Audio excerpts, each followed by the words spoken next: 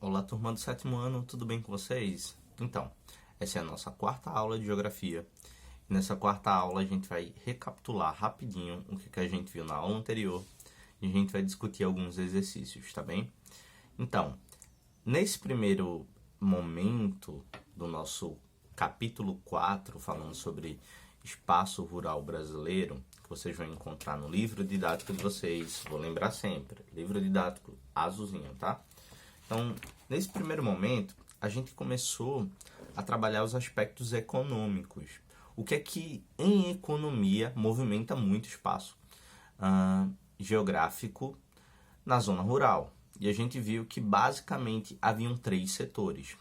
O primeiro setor que a gente viu foi o setor do extrativismo. E a gente viu que o extrativismo possuía algumas subdivisões. A gente tinha, por exemplo, de um lado o extrativismo animal, o mineral e, por último, o vegetal. Quem não lembra, volta para a terceira aula, assiste com atenção e acompanha pelo livro, tá bem?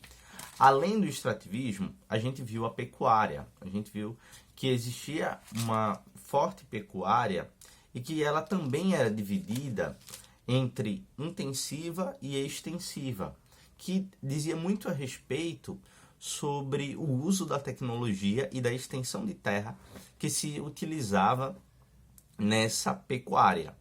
Isso também é muito importante. E por último, a gente começou a ver sobre a questão da agricultura.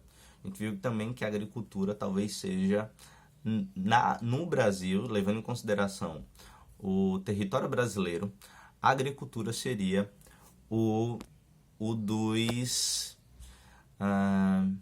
das 3 atividades a mais significativa do ponto de vista da economia. Então, lembrem bem dessas 3 atividades e destaquem muito bem a agricultura, porque ela tem um papel primordial no nosso processo cultural, de como se alimentar, de como viver. O domínio da agricultura não é, por exemplo, um retrato somente do Brasil. Ele é um retrato da humanidade. A gente sabe que o homem, quando ele passa do processo de nômade para sedentário, ele passa também a dominar as técnicas da agricultura. Ele é obrigado a dominar a produção do próprio alimento. Enquanto que a caça ainda se estendeu, animal se estendeu um pouco mais. O extrativismo também, por questões óbvias, é a natureza que dispõe os recursos naturais, a maioria deles. Então, a gente sabe que, levando em consideração essas 3 atividades, existe uma organização que exige um pouco da gente lembrar dos outros setores, que são setores urbanos. Então, eu vou pedir para que todo mundo volte lá na página 3, e acompanhe a tabela comigo, que eu pedi para vocês preencherem a tabela, mas aí agora a gente vai fazer essa correção junta. Então, na primeira coluna, existem os setores. Setor ali, secundário. Então, o que vem acima? Primário. E o que vem abaixo? Terciário. Setor primário. Qual é a localização predominante? O que é que vocês colocaram aí? Eu coloquei espaço rural. E como atividade, existe a agricultura, que a gente já sabe, existe a pecuária, que também sabemos, e existe o extrativismo. Ok? Exemplos: plantações, criação de gado, extração de recursos naturais. Então, esses são os exemplos da atividade que ocorre no setor primário, logo na zona rural, ok? O segundo, setor secundário. E qual é a localização predominante desse setor? É o espaço urbano, olha só, até eu trocando aqui. Urbano. E quais são as atividades? A indústria. E exemplos, fábricas e construtoras. Por último, o setor terciário. O setor terciário também se centraliza mais no espaço urbano. E aí as atividades, a gente tem o comércio e a prestação de serviço. Exemplos, escola, hospitais e mercados. São todos prestadores de serviço e nós, como consumidores, acabamos recorrendo a esses serviços. Tá bem?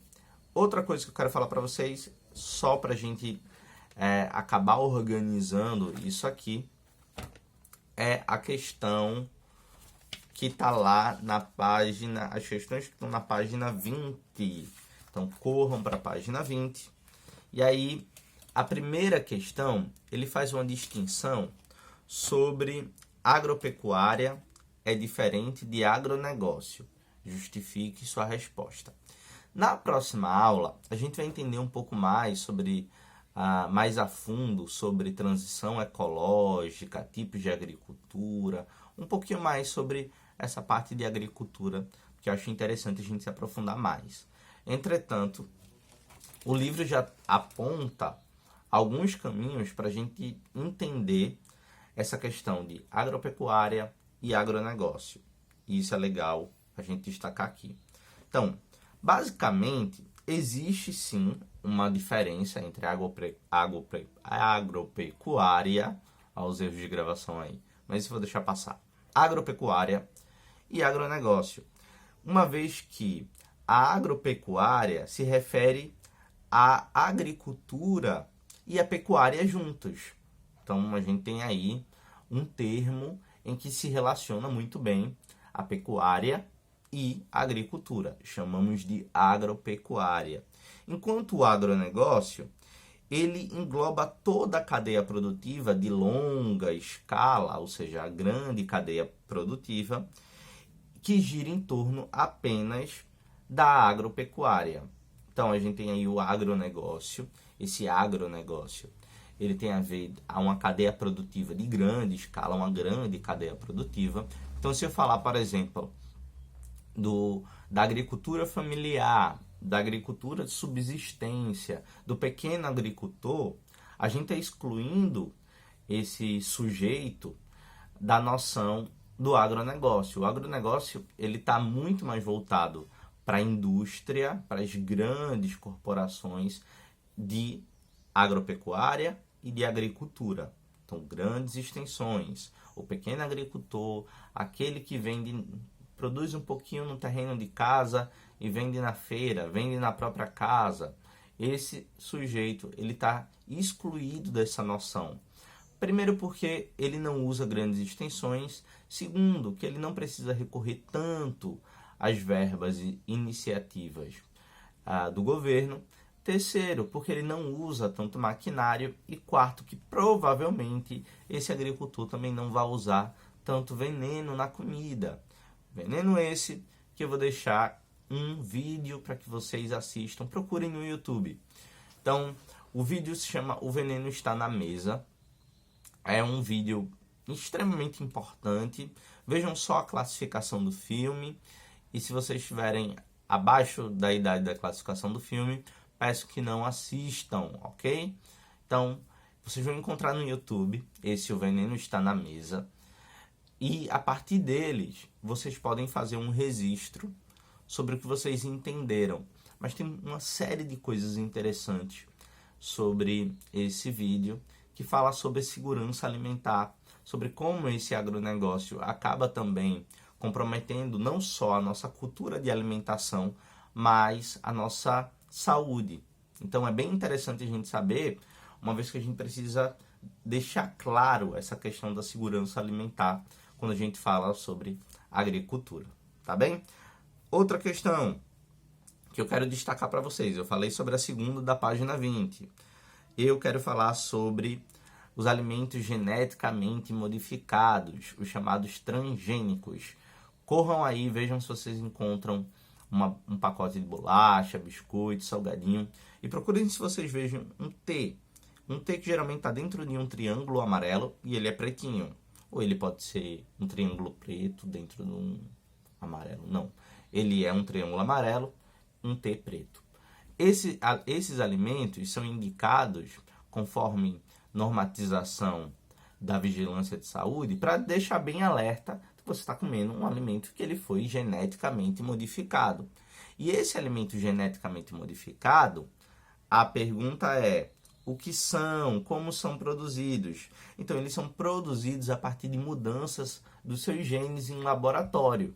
Gene lá da ciências vocês já devem saber um pouco mais. Então a gente modifica um pouco das moléculas desses alimentos e faz com que eles também mudem um pouco das suas propriedades.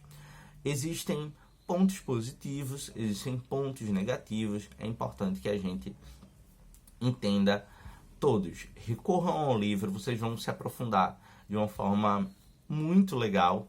Embora eu já estou adiantando para vocês, na próxima aula a gente se aprofunda mais sobre essa questão da agricultura, tá bem? Como atividade, já disse para vocês, recorram ao vídeo. Essa é a nossa atividade prática. Nem todo mundo vai poder recorrer, porque existe uma classificação indicativa. Então eu não quero que todo mundo, primeira etapa, veja a classificação. Posso assistir? Então vai lá.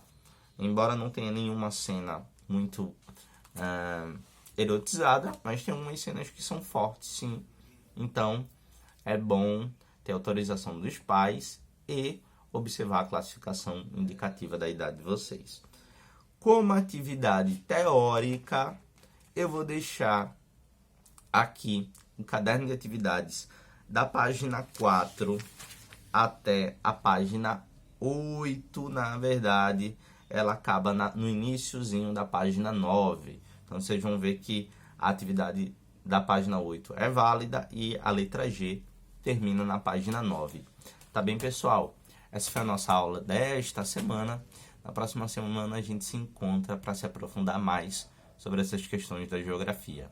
Tá bem? Até mais, se cuidem!